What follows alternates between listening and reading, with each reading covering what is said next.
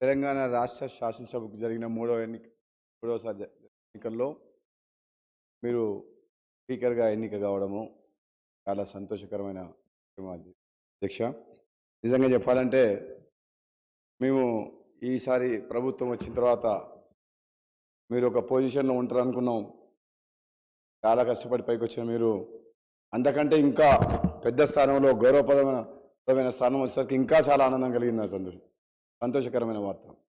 మేమందరం అనుకునేది మా మధ్యన ఉండి స్నేహితుల్లాగా చాలా దగ్గరగా ఉన్న మీరు స్పీకర్ అధ్యక్ష స్థానంలో కూర్చుంటే చాలా సంతోషంగా అనిపిస్తుంది అధ్యక్ష.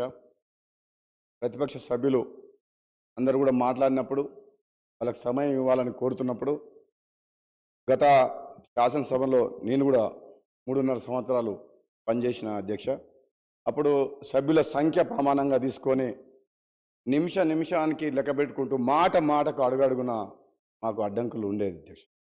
కానీ అలా చేయమని నేను ఇప్పుడు చెప్పట్లేదు అధ్యక్ష.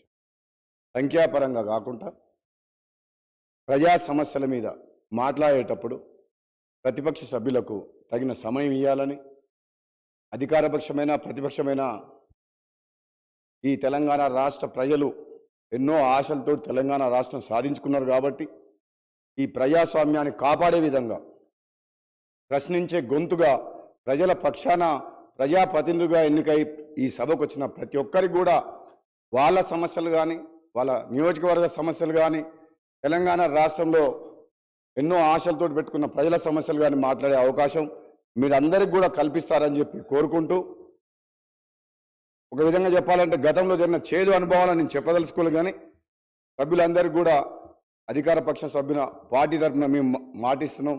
మీరు ఏది మాట్లాడినా ఎప్పుడు మాట్లాడినా మన స్పీకర్ గారి ఆధ్వర్యంలో ఈ సభ సజావుగా సాగేందుకు మా అందరి సహకారం కూడా ఉంటుందని తెలియజేస్తూ మీకు మరొకసారి శుభాకాంక్ష తెలియజేస్తూ దిగ్విజయంగా 5 ఏళ్ల పాటు ఈ పదవిలో ఈ రాష్ట్ర సమస్యల మీద అందరికీ మాట్లాడే అవకాశం ఇస్తారని చెప్పి తెలియజేస్తూ సెలవు తీసుకున్న అధ్యక్ష. Thank you.